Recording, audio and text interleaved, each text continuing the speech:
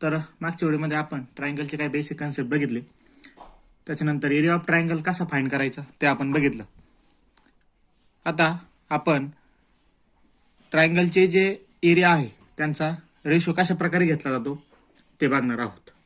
तर या ठिकाणी मी दोन ट्रायंगल घेतोय बघा. ट्रायंगल एबीसी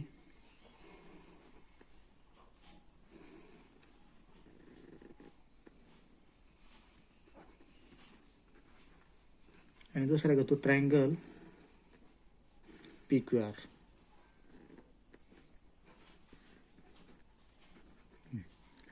आता ह्या ट्रायंगलला मी एक हाईट घेतो या ठिकाणी,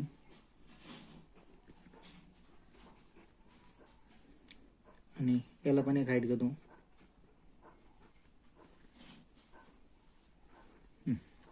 बघा या ठिकाणी ट्रायंगल एबीसी याच्यामध्ये AM ही काय झाली, हाईट झाली, आणि BC हा बेस झाला.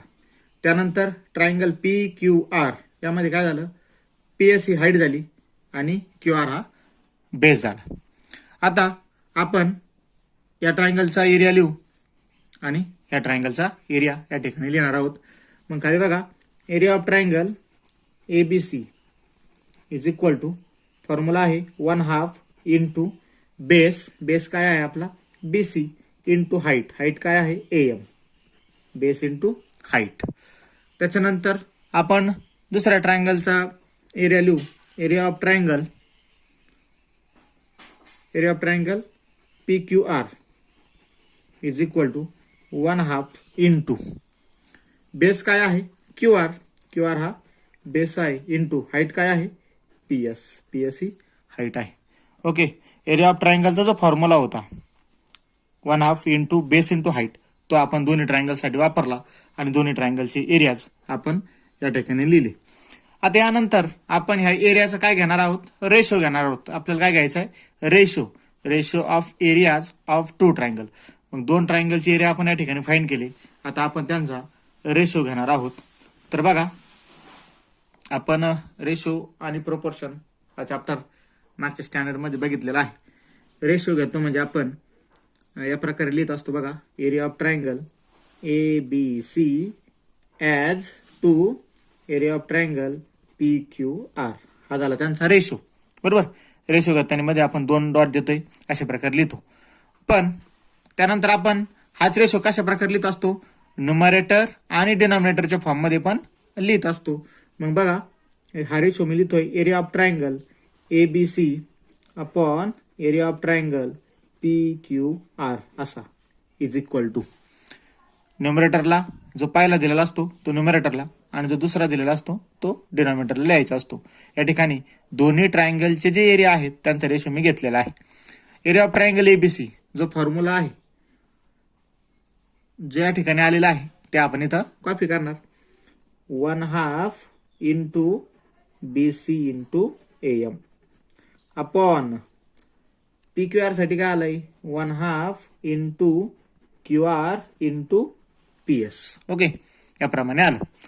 इथं 1/2 आणि 1/2 बघा, न्यूमरेटरला पण आहे डिनॉमिनेटरला आहे, ते एकमेकाला कॅन्सल होईल.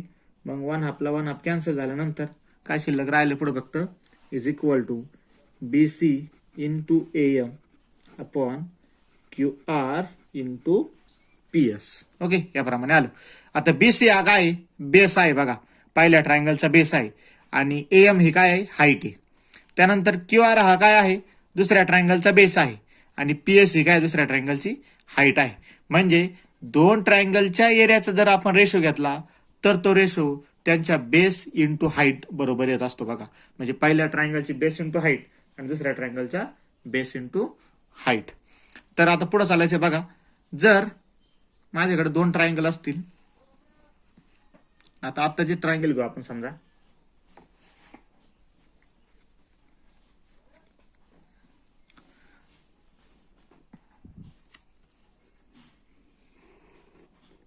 आताचेच ट्रायंगल घेऊ आपण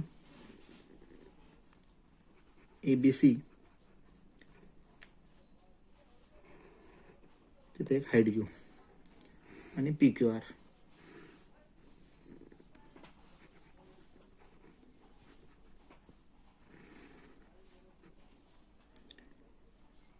ओके, आता इथं हाईटचा पॉईंट एम, इथं एस. आता या ठिकाणी पुन्हा मी 2 ट्रायंगल ड्रॉ केलेला आहे. आता यावेळेस इथं काय करतो, जी हाईट आहे तिला मी H1 म्हणतो. आता हाईट जी आहे काहीतरी नंबर असेल त्याला H1 मी म्हणतो, आणि याची हाईट पण काहीतरी नंबर असेल त्याला आपण H2 म्हणू. ओके, पहिल्या ट्रायंगलची हाईट H1, दुसऱ्या ट्रायंगलची हाईट H2. आणि हा जो बेस आहे हा पण काहीतरी नंबर असेल, मग पहिल्याचा बेस B1 म्हणतो मी आणि दुसऱ्याचा बेस B2 या ठिकाणी म्हणणार आहे. ओके, पहिल्या ट्रायंगलची हाईट H1, बेस B1, दुसऱ्या ट्रायंगलची हाईट H2, बेस B2, असे 2 ट्रायंगल आहे. आता मी त्यांचं काय करणार, या ठिकाणी एरिया घेणार आहे. Okay, area of the triangles, त्या दोन्ही ट्रायंगलचा मी या ठिकाणी एरिया घेणार आहे. तर बघा, तर या दोन्ही ट्रायंगलच्या एरियाचा रेशो मी या ठिकाणी आता घेणार आहे. Area of triangle ABC upon area of triangle PQR is equal to, काय फॉर्म्युला आहे, पहिल्याचा बेस इंटू हाईट. मग पहिल्याचा बेस कोण आहे B1 इंटू हाईट काय आहे H1 अपॉन दुसऱ्याचा बेस काय आहे B2 इंटू हाईट काय आहे H2. म्हणजे बघा कसा घ्यायचा फॉर्म्युला. हा फॉर्म्युला आपल्यासाठी खूप महत्वाचा आहे. ज्यावेळेस आपण एक्सरसाइज मधले एक्झाम्पल सोडवणार आहोत त्या ठिकाणी आपल्याला ते वापरायचं आहे. मग 2 ट्रायंगलच्या एरियाचा रेशो हा काय असतो, तर तो त्यांच्या बेस आणि हाईट यांचे मल्टिप्लायचा तो काय असतो, रेशो असतो.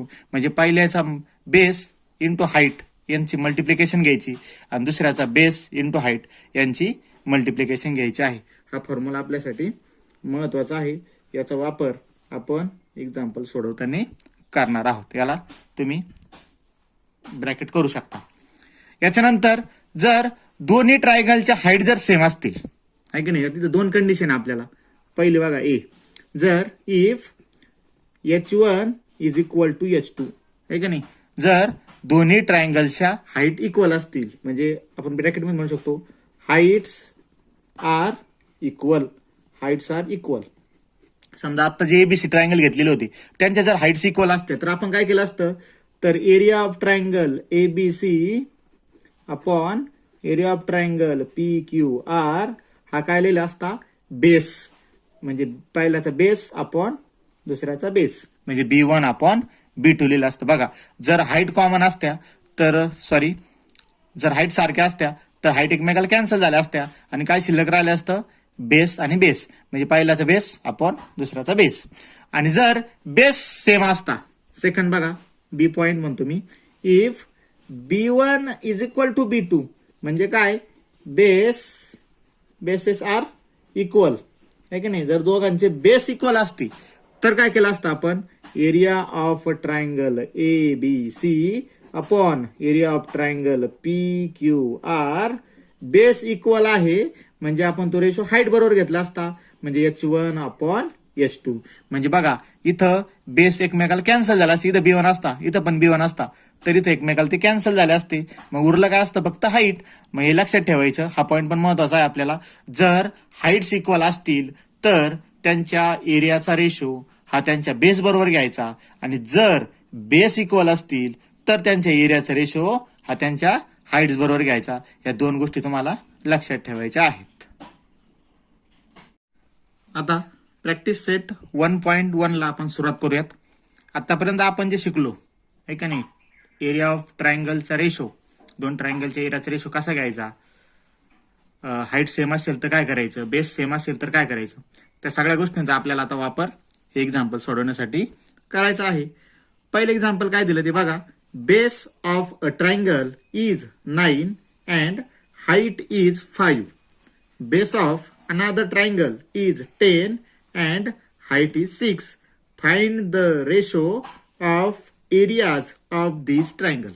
आपल्याला 2 ट्रायंगल दिलेले. पहिल्या ट्रायंगलचा बेस आणि हाईट दिलेला आहे आपल्याला, तो बेस आहे 9 आणि हाईट आहे 5. दुसऱ्या ट्रायंगलचा पण आपल्याला बेस दिलेला आहे, किती दिला 10, आणि हाईट किती दिली 6. हे दोन्ही दिलेले आहे. आणि काय सांगितलं, दोन्ही ट्रायंगलचे एरिया जे आहे त्याचा रेशो आपल्याला शोधायला विचारला. मग आपल्याला माहिती आहे जर हाईट आणि बेस दिलेला असेल तर आपण त्यांची मल्टिप्लाय करून तो रेशो घेत असतो. तर चला याला आता आपण सोडूया. मग आपण काय करायचं सोडवताना बघा,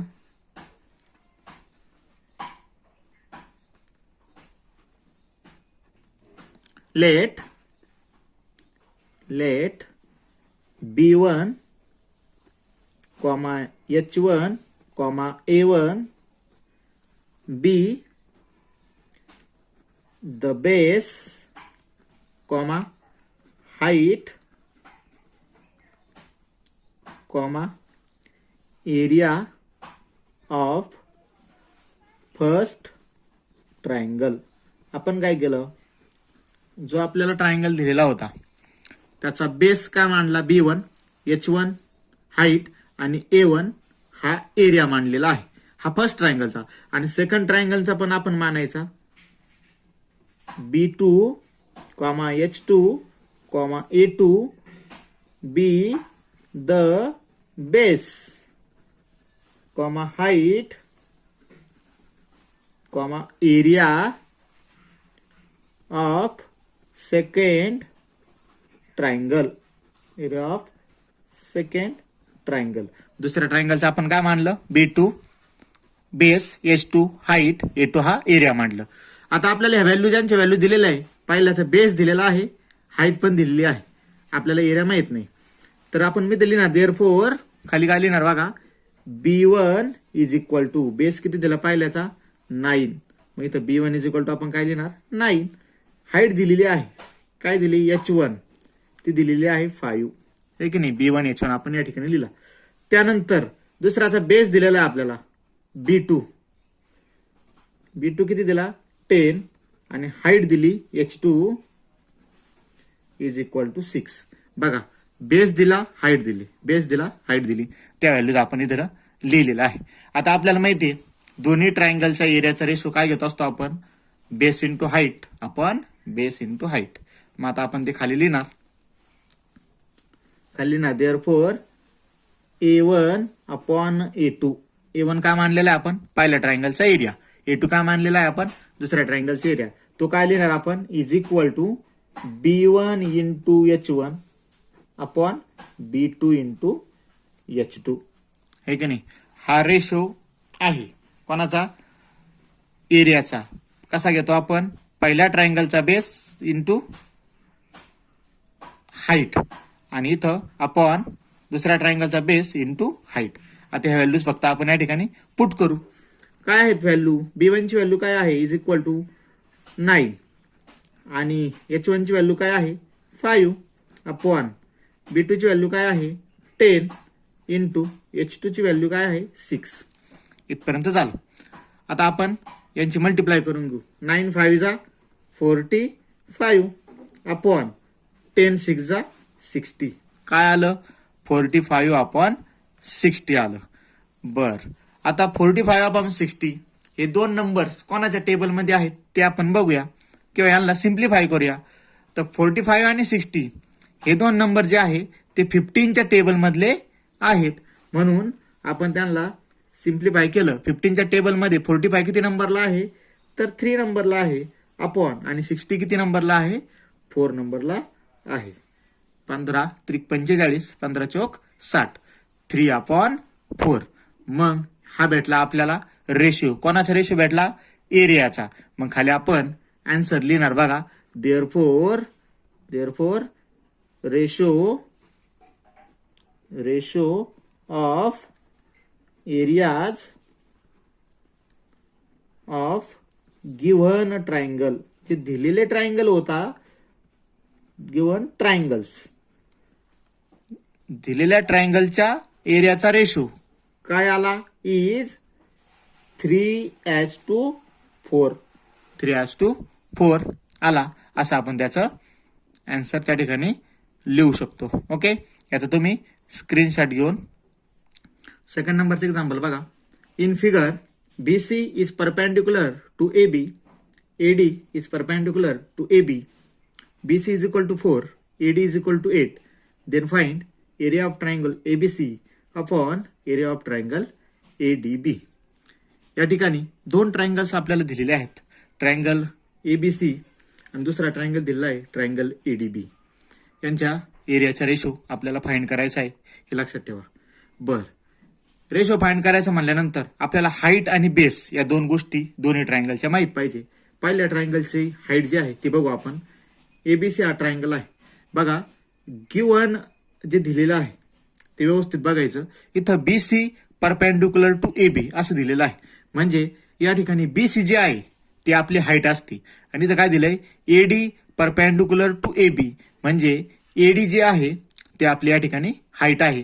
म्हणजे एबी हा काय झाला, आपला बेस झाला. आणि इथं एबी हा काय झाला, बेस झाला. जो सुरुवातीला दिलेला असतो तो कायम हाईट असतो, हे लक्षात ठेवा.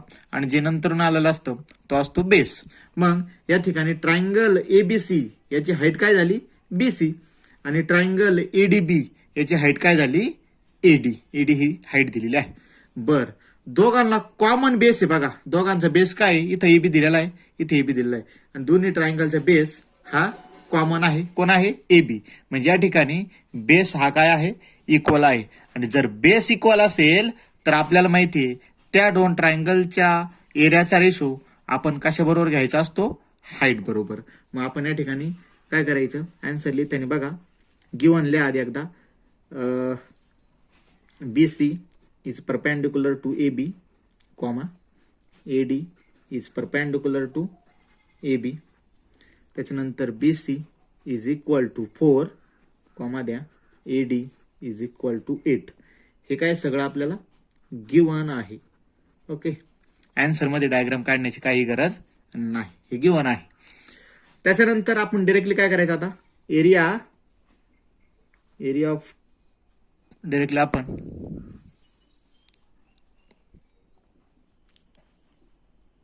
यानंतर डायरेक्टली आपण area of triangle A B C upon area of triangle A D B is equal to directly height बरोबर तो रेशो आपण घेणार आहोत.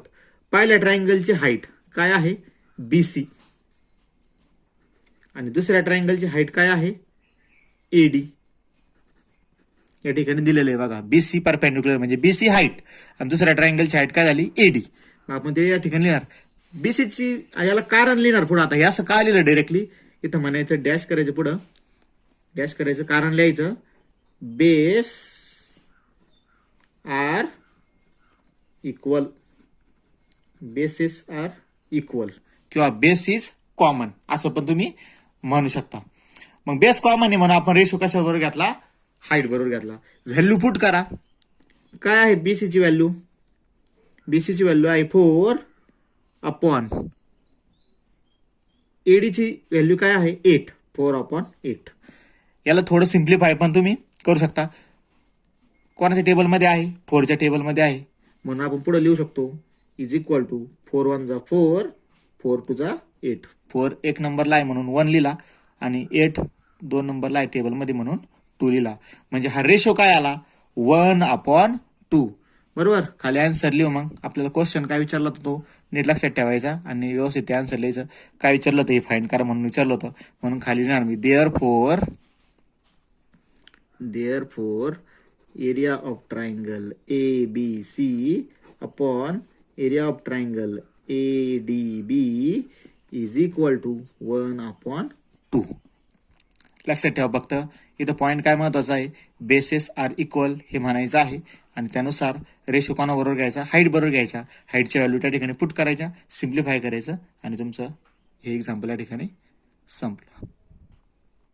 या ठिकाणी तिसरं एक्झाम्पल बघा, एक फिगर दिलेली आहे. In adjoining figure, segment PS is perpendicular to segment RQ. Segment QT is perpendicular to segment PR. If RQ is equal to 6, PS is equal to 6 and PR is equal to 12, then find QT. या ठिकाणी आपल्याला एक triangle दिलेला आहे बघा. Triangle दिलेला आहे PQR. हा ट्रायंगल आपल्याला या ठिकाणी दिलेला आहे. आणि त्या ट्रायंगल मध्ये आपल्याला 2 हाईट दिलेल्या आहे बघा. इथं पहिली हाईट दिलेली आहे PS ही परपेंडिक्युलर आहे सेगमेंट RQ वर. आणि दुसरी हाईट दिलेली आहे आपल्याला QT, ही सेगमेंट PR वर परपेंडिक्युलर आहे. बघा, एका ट्रायंगलला 3 हाईटच असतात जवळजवळ. म्हणजे ॲक्यूट अँगल ट्रायंगल काढला आपण किंवा ऑप्टोस अँगल ट्रायंगल काढला किंवा राईट अँगल ट्रायंगल काढला तर आपण त्याला 3 प्रकारे हाईट्स काढू शकतो. या ठिकाणी या ट्रायंगलला बघा, हा जो मेन ट्रायंगल आपला PQR, याला 2 ठिकाणी हाईट दिली आहे. पहिली हाईट इथे दिसते बघा आपल्याला, जी हाईट कशावर काढलेली आहे, साइड PR वर, आणि दुसरी जी हाईट दिली, काय दिली हाईट PS, ती कशावर काढली, साइड RQ वर. बघा जी RQ साइड आहे त्याच्यावरती काढलेली आहे. मग या ठिकाणी आपण एरिया पण 2 प्रकारे फाइंड करू शकतो, कारण की हाईट 2 प्रकारे दिलेली आहे आणि बेस पण 2 प्रकारे आहे इथं. म्हणून याच ट्रायंगलचे एरिया आपण 2 प्रकारे या ठिकाणी फाइंड करू शकतो. सगळ्यात आधी जे दिलेलं आहे ते आपण या ठिकाणी गिवन मध्ये लिहू. काय दिलेलं आहे आपल्याला बघा, RQ दिलेला आहे आपल्याला. RQ किती दिलेला आहे, 6. RQ आपल्याला 6 दिलेला आहे. त्यानंतर आपल्याला काय दिलेलं आहे, PS किती दिलेला आहे, 6, आणि PR आपल्याला दिलेला आहे 12. हे आपल्याला दिलेलं आहे. म्हणून आपण त्याच्यानंतर आपण जे सेगमेंट परपेंडिक्युलर दिले ते पण लिहून घेऊ. Segment PS perpendicular to segment RQ, आणि त्याच्यानंतर segment QT is perpendicular to segment PR. हे सगळं आपल्याला गिवन आहे, म्हणून याच्या पुढे मी फक्त लिहिणार गिवन. हे सगळं दिलेलं आहे, हे सगळं दिलेलं आहे. शोधायचं कोण आहे, QT शोधायचं आहे. म्हणजे QT वापरून आपण डायरेक्ट एरिया सापडू शकत नाही. मग या ठिकाणी आता मी हाईट काय वापरणार आहे बघा, PS ही हाईट वापरणार आणि बेस वापरणार QR, कारण की PS परपेंडिक्युलरला आहे RQला किंवा QRला आहे. हे आपल्याला गिवन आहे, म्हणून त्याचा वापर करून आपण या ट्रायंगलचा एरिया फाइंड करू.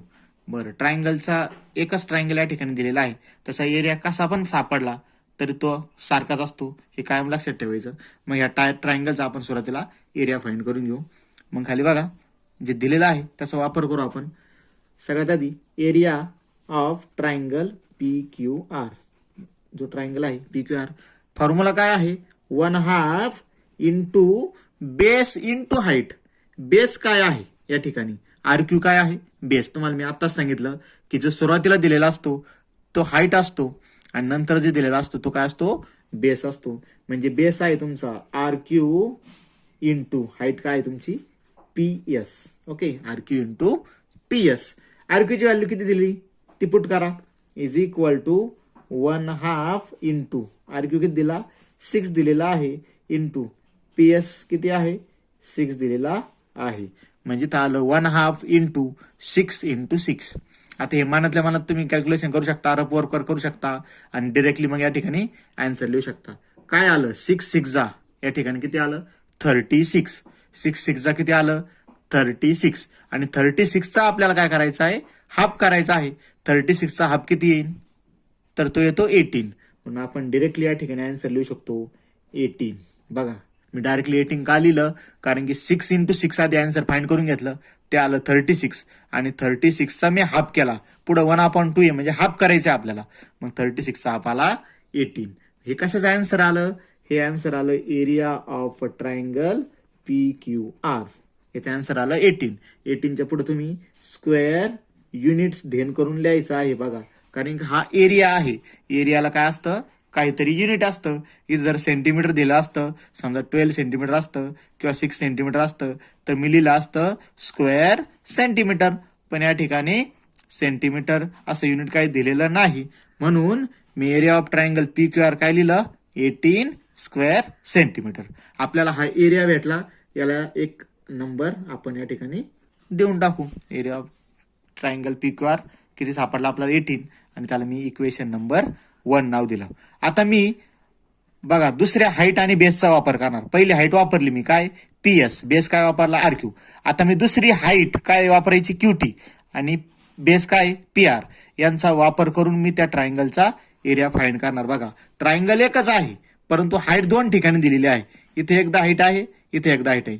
इकडची हाईट आणि इकडचा बेस वापरून आपण आन्सर काढला. आता आपण QT ही हाईट वापरणार आणि PR हा बेस वापरणार, आणि मग आता आन्सर फाइंड करणार आहोत. तर चला पुढं म्हणू नाव एरिया ऑफ ट्रायंगल अल्सो म्हणजे पुन्हा एकदा अशा प्रकारे, किंवा नाव also area of triangle PQR is equal to 1/2 into base. आता कोण बेस घ्यायचा, मी सांगितलं आत्ताच.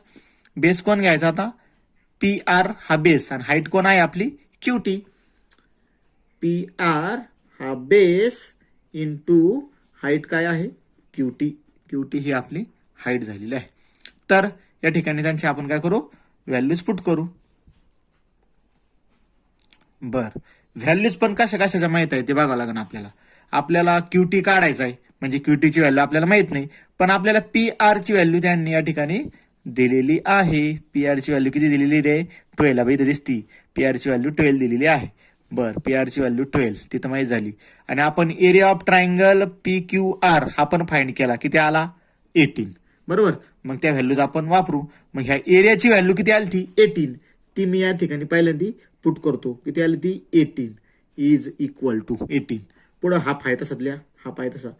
पी आर ची व्हॅल्यू मी तुम्हाला आत्ताच सांगितली. पी आर ची व्हॅल्यू किती दिलेली आहे आपल्याला, गिवन मध्ये दिलेली आहे 12. ती आपल्याला ऑलरेडी दिलेली आहे, म्हणून आपण ऑलरेडी तिला पुट करणार. इथं करणार 12 आणि क्यूटी आपल्याला फाइंड करायचा आहे भाऊ, म्हणून आपला क्यूटी आहे तसाच ठेवला. आपण या सगळ्या व्हॅल्यू व्यवस्थित पुट केला. बर, या 18 का लिहिलं याला कारण म्हणायचं. डायरेक्टली पुढं डॅश करून फ्रॉम वन याला तुम्ही पुढं कारण म्हणू शकता. तुम्हाला स्क्रीनवर दिसत नसेल कारण की ते आता कॅमेऱ्याच्या बाहेर गेले, पण फ्रॉम 1 आहे इथं लिहिलेलं, एवढं मात्र नक्की. आता पुढं चालायचं. आता हे सोडवायचंय.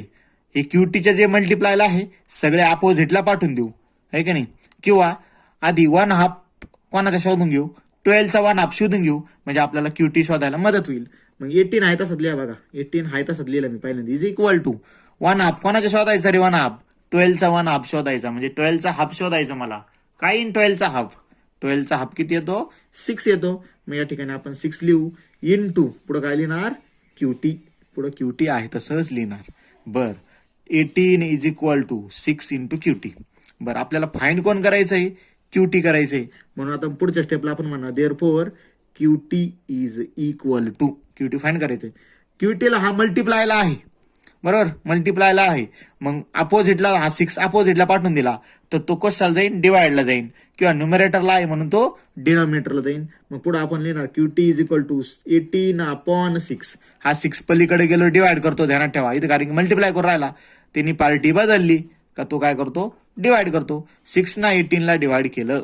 6च्या टेबलमध्ये 18 किती नंबरला आहे, 18 आहे 3 नंबरला, म्हणून पुढे आपण लिहिणार 3.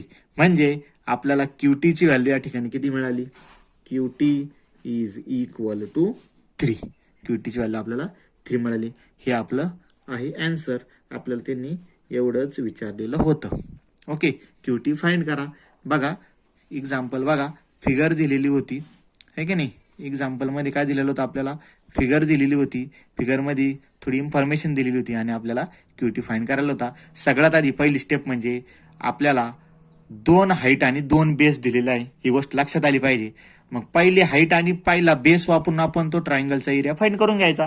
त्याच्यानंतर दुसरी हाईट आणि दुसरा बेस वापरून आपण एरिया फाइंड करायला जायचं. पण एरिया आपण ऑलरेडी फाइंड केलेला असतो आणि आपल्याकडे बेस असतो, आपल्याला फक्त हाईट काढायची असते. मग आपण हे उदाहरण या प्रकारे सोडवायचं आहे.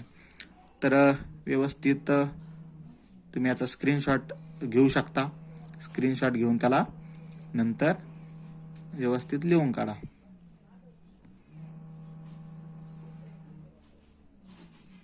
ठीक आहे, तर हे झालं आपण एक्झाम्पल नंबर 3. तर